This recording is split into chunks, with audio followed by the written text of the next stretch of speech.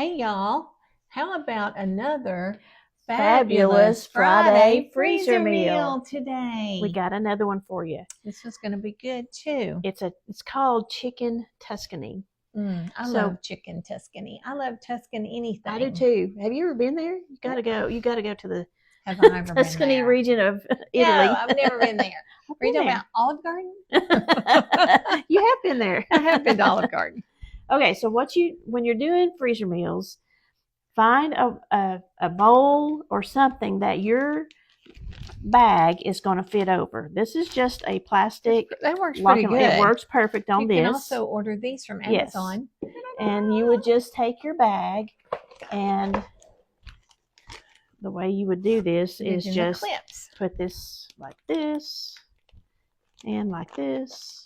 And then you can work that way too. Yeah, so either one of these works, or just find a way to hold your bag. And you do want to, if you can, this one doesn't flip open. This is why I like this so much, is I can flip it over the top and everything doesn't get on the top of it. So it's a little bit more secure and safe. Yeah. So for this one, what do we do with this We're going to add some ingredients. We've got our chicken already in here. I like to use these chicken that they're chicken breasts that are already prepackaged.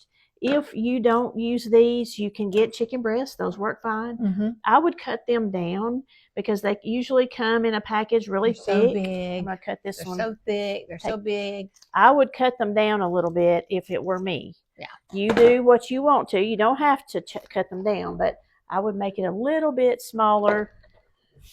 Just because. What we got in here? 4? There's 6 in there. 6? Yes. That's a big freezer meal. Yes. So now we're just going to. So that's another reason. If you're using chicken breasts that you've bought in a package, you may want to use 4 because there's so much chicken there that you may not want that much in it. All right. So next thing to do is add our ingredients. So let's start with. This has a 1/8 cup on it. We need white balsamic vinegar.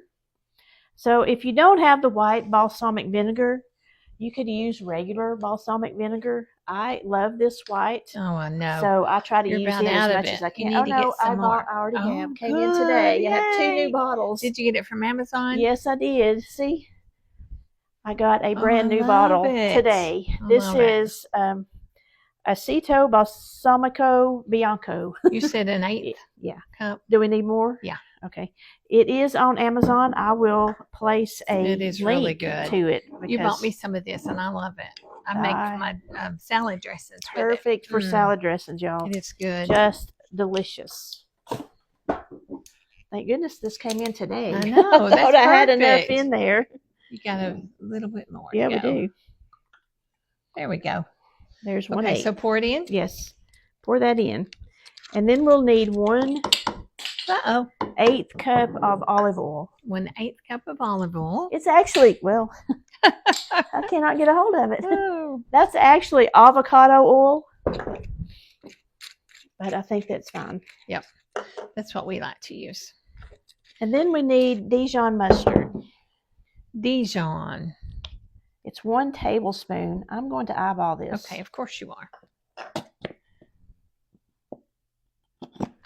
It's the bottom of the barrel. We had the same problem last week at my house. I think that's good right there. Okay. And then we need some onion powder and pepper and dill. So I need to grab 1/4 and 1/2 teaspoon for you. Okay. Here's some pepper if you want to just put in some pepper. Eyeball that one? Yeah. Let me get the measuring spoon.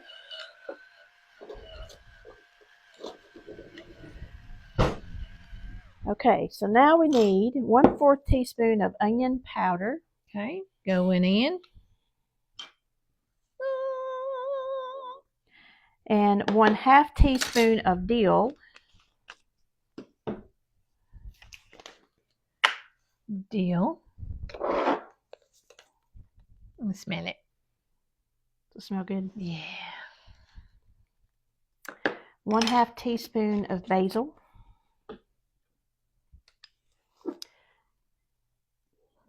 Then a special ingredient of capers. Yes. How many? We want 1 teaspoon. So you've got the 1/2 there. So do 2 of it. 1 teaspoon of capers. That's not very many. It's not. So if you wanted to add more, I think it'd be okay to add more. All right, so that's all the ingredients that this calls for. Okay. So now we want to take it out, and we've got to swish it around. Swish that chicken around. Go ahead and close it up. Mm-hmm. Don't worry about the air in it just yet. Right now, yeah, because you really kind of need that air right now, yes, so you can get that thing moving around. Right, exactly. So we're just going to squish it up like this. While I'm doing this, Mo is going to take another gallon-sized bag and write.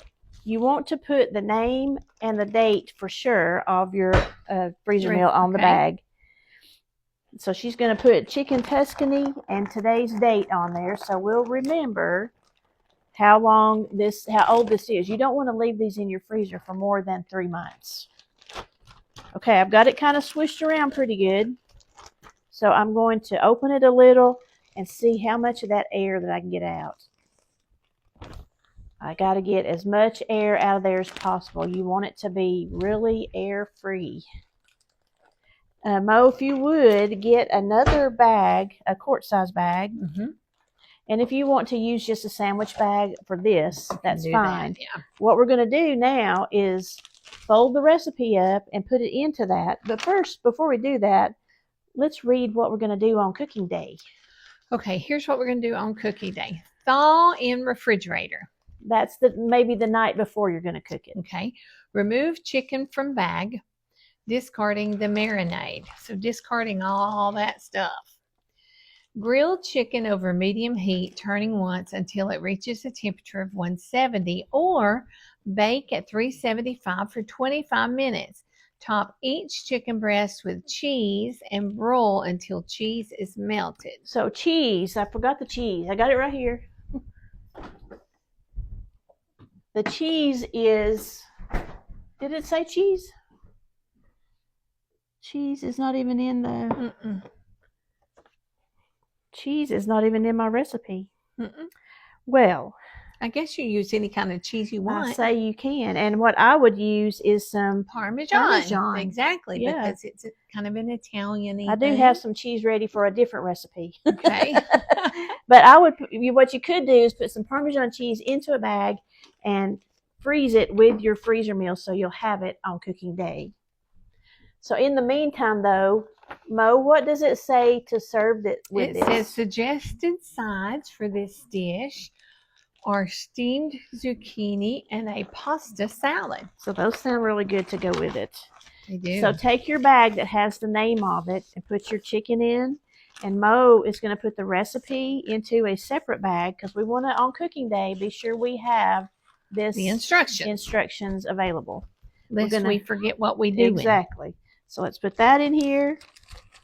And now we are ready for the freezer after I get all the air out of this. Yep. Be sure to get as much air. Squeezage. So there we have chicken Tuscany ready for the freezer.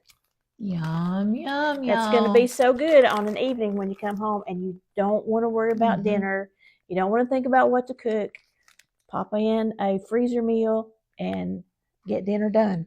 So what do you think you could do if you forgot to take it out the night before? Well, what could you do? What I would do is I would put it in the sink and run hot water in the sink. That's what I'm thinking. Let it spend a little time that way. Some people will unthaw in the microwave. I've never really liked that way. Yeah, because it kind of cooks the edges. I feel like it does. But you know, it's a really Mo thing to do, to forget to do anything ahead of time. So I have been an expert at taking chicken out of the freezer, putting it in the sink in a bowl of warm water and letting it thaw. It takes about 10-15 minutes and then you're good to go. So you could definitely do that. Yes, definitely do that with this. So y'all, that's a fantastic, fabulous Friday freezer meal just for you.